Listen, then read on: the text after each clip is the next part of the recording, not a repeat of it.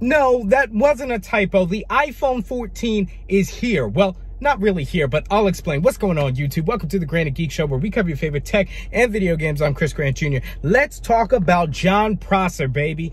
Already with the iPhone 14 leaks, and it's making what will be the iPhone 13 just look dated. Like, who wants that? Hit the subscribe button and the like button, by the way, and click the bell so you don't miss his iPhone 13 is coming out next Tuesday. Whole lot of new tech, M1X devices in a couple of months.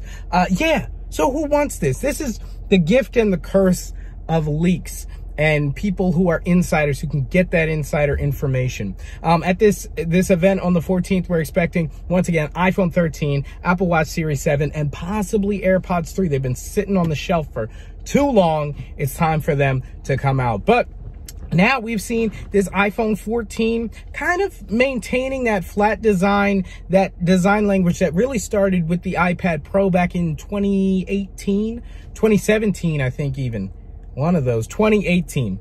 And, you know, not much has changed, but obviously we're going to get some new colors. And there's a new hole punch design for the camera. Now, this doesn't make a lot of sense to me because it's not just the camera that's on the iPhone. You also have the speaker system. You've got Face ID. So this begs the question, have they figured out a way to put all of this technology behind the screen?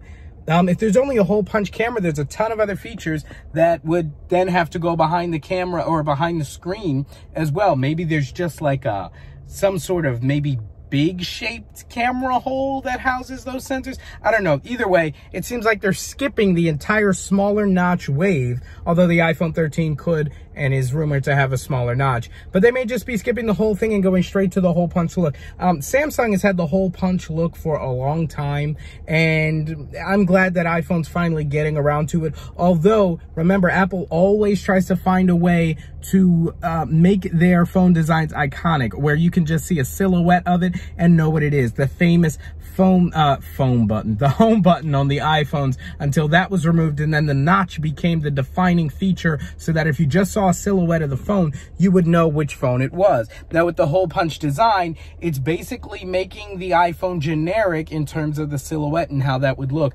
So we're gonna have to keep an eye out for that. I doubt Apple would do something like that. They may have like an oval like hole punch, maybe something to differentiate the iPhone from all the competition. So guys, this is what Jon Prosser just leaked, just put out exclusive first look today, renders by Ian. Shout out to him, fantastic work. And so let me know what you think down in the comments below. Has this soured you to iPhone 13? I mean, were you looking forward to getting an iPhone 13 and then after seeing these images, now you're like, meh? That's kind of how I feel.